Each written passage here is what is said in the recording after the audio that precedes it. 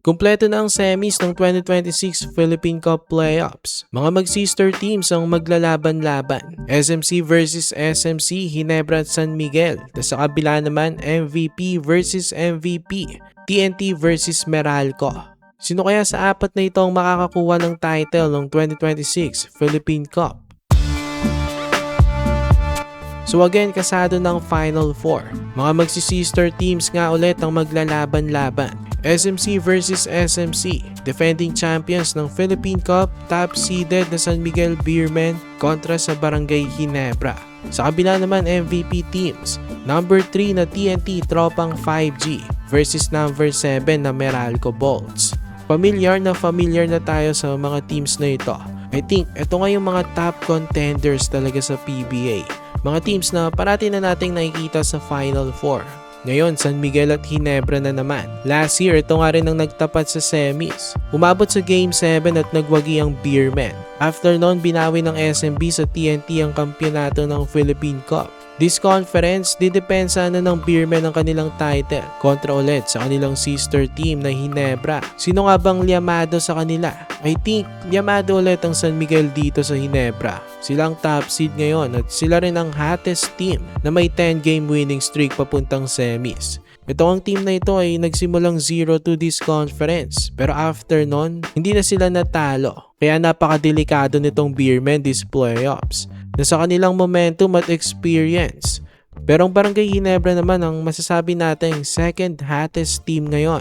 Na-overcome nilang twice to win disadvantage ng quarterfinals kontra sa Converge. Nasa 7-game winning streak na nga sila patungong semis. So maganda rin ang momentum ng team na to. Tas wag nating kalimutan, isa rin silang veteran at legit title contender. Kaya hindi ganon kadehado itong Gene King sa Beermen.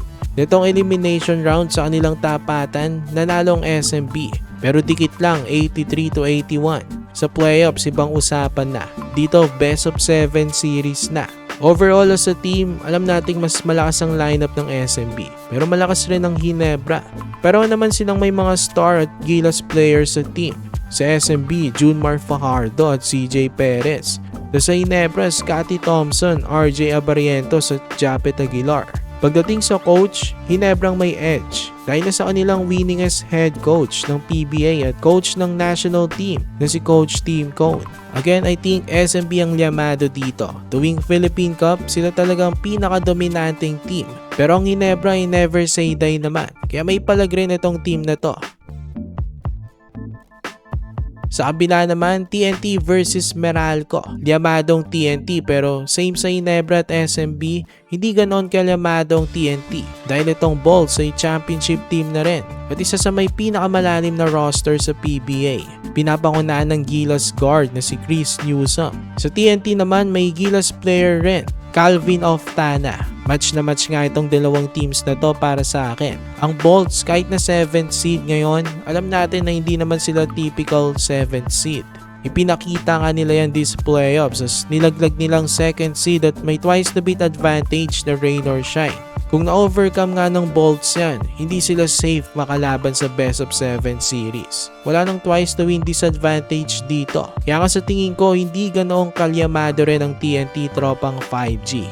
By the way, ang semis, next year na magsisimula mga kabakets, January 4. First game, TNT versus Meralco. The second game naman, Ginebra versus San Miguel. So for more PBA content, ilike nyo na ating video at mag-subscribe na rin sa JB Buckets.